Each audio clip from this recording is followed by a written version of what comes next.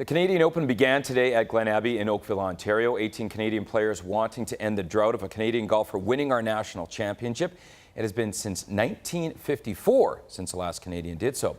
In Calgary, Stephen Ames is in the field. He has his 14-year-old son Ryan as his caddy for him this week. Ames was chipping for birdie here on the par 4 ninth hole, and he just left it short. Ames finished up at 2 over par. American Matt Kuchar had a strong opening round on 18, his ninth hole of the day. A lengthy putt for eagle, and he was at 5 under after 9 holes. Kuchar then made birdie on the 3rd hole to go into a tie for the lead at 7 under. He was absolutely on fire, and on the 9th hole, his last hole because he started on the back 9, he had this putt to save par, which he did, and Kuchar's 1 stroke off the lead. Canadian David Hearn has had 2 top 10 finishes on the PGA Tour this season. A birdie there on number 9, and he's the top Canadian at 2 under par. Here's American Hunter Mahan on the 13th hole. This was for birdie, and he nailed it. Mahan's off to a good start with an opening round 67. That has him at 5 under par. Canadian Brad Fritsch, sponsored by the Ottawa Senators, with a birdie chance on the 9th, and he dropped it in to get to 1 under. It was a bit of a disappointing day for Canadian Mike Weir. This short putt was for birdie on the par 5th, 16th to get him to even par. He finished the round 1 over par. England's Luke Donald ran into some trouble on the par 4 14th. He was trying to just get out of that junk and failed to do so. Donald took a double bogey on the hole there. Not very happy with that, I wouldn't assume.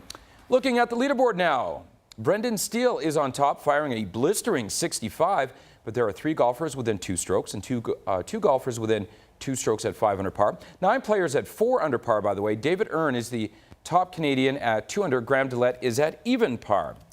The Canadian Cancer Society's local chapter is adding another new event to its yearly fundraisers, and this time they're taking it to the NMAX Centre Ice. The Lethbridge Society has announced plans to hold a 24-hour hockey game in September called Face Off Against Cancer, and they are looking for about 100 participants. Those interested can register online on the website on the screen. The event will take place at the NMAX Centre beginning at 7 p.m. on September 6th and run until 7 p.m. the next day and is open to the public. After making the playoffs last season, the Toronto Maple Leafs naturally want to keep their front office around for a while.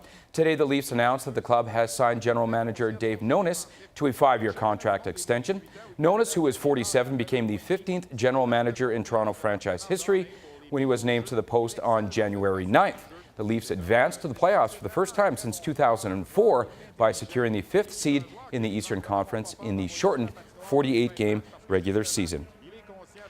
From the Western Major Baseball League, the Okotoks Dogs were hosting the Lethbridge Bulls last night. The Bulls had won 8 of their last 10 games going in, and last night the Dogs beat the Bulls by a score of 10-3. The Bulls host Medicine Hat on Friday. Next game for the Dogs is tonight in Edmonton, and then on Friday they host Moose Jaw at 7:05 p.m. And in the one other game involving a team in our viewing area, the Medicine Hat Mavericks, they were in Edmonton and they beat the Prospects by a score of 5-1. They have now won 5 straight games. Flames fans, mark your calendars. The team's president tells CTV News he expects it will be game on in the Saddle Dome as of September 1st. Crews have spent weeks cleaning up after flood waters devastated the dome. There's still a lot more work to be done, but President Ken King says he's confident it will be up and running in another month.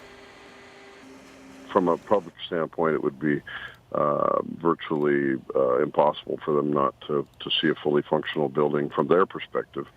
Food and beverage and the game or the concert or whatever the event might be. Beneath that, there still will be lots of work going on. And the Flames will be holding their summer training camp at Winsport. There's your look at sports, Jackie. Coming up next, we told you yesterday about this random acts of kindness that's spreading across the country where people are paying for hundreds of others. Coffee, well, it continued today.